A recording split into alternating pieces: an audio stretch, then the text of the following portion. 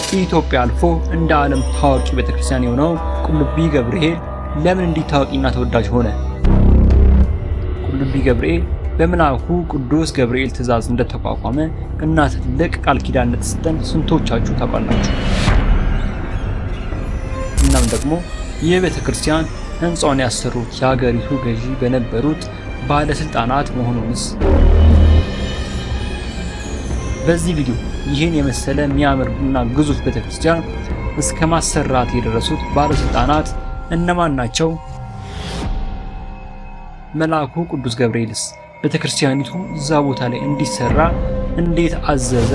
እናም ደግሞ ትልቁ ቃል ኪዳን ምንድነው የሚለውን በዚህ 5 ደቂቃ በማትሞላ ቪዲዮ ስለምናይ እስከ መጨረሻ መከታተላችሁ እርግጠኛ ሁኑ።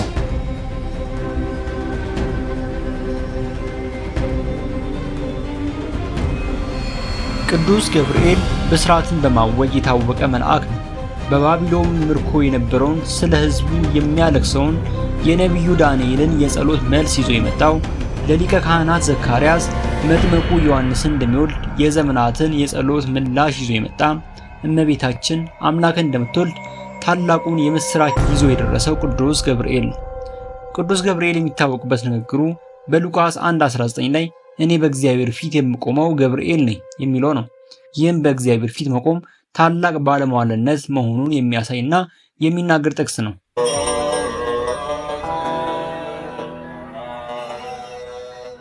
የቁልቢ ገብርኤል ቤተክርስቲያን ከአዲስ አበባ ከተማ 461 ኪሎ ሜትር ርቀት ላይ በምዕራብ ሐረርጌ ይገኛል።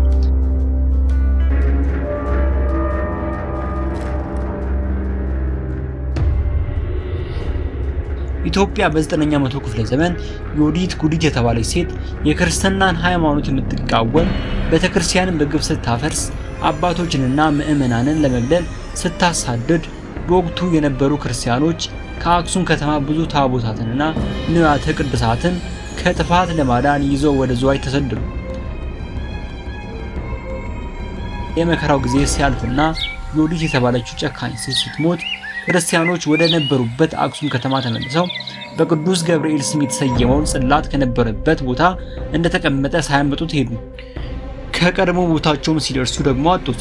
ከዚያም አባ ሌዊ የተባሉ አባት ልከው እንዲያመጡ አዘዟቸው።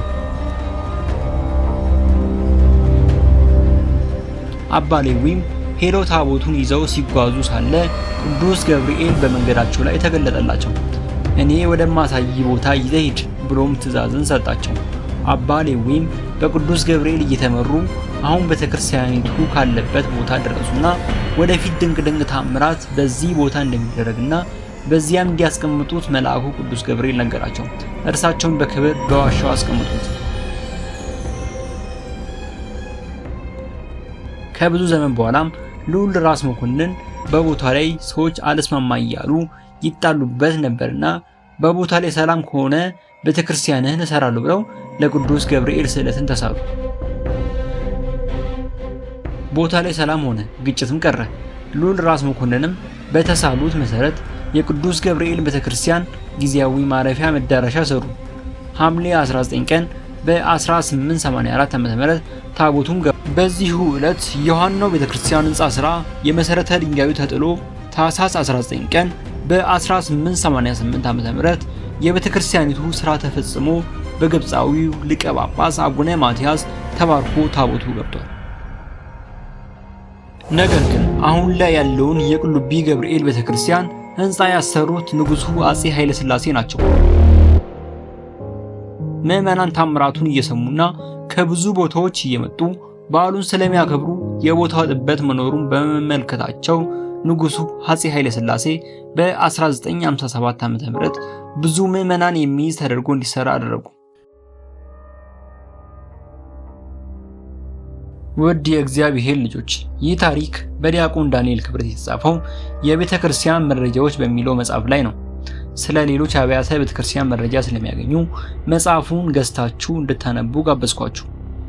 ሁላችንም የዚህ የተቀደሰ ስፍራ የበረከቱ ተካፋይ አድርገን ዘንድ እግዚአብሔር ፍቃዱ ይሁን እያልን የዛሬ ቪዲዮ በዚህ ላይ ያበቃል።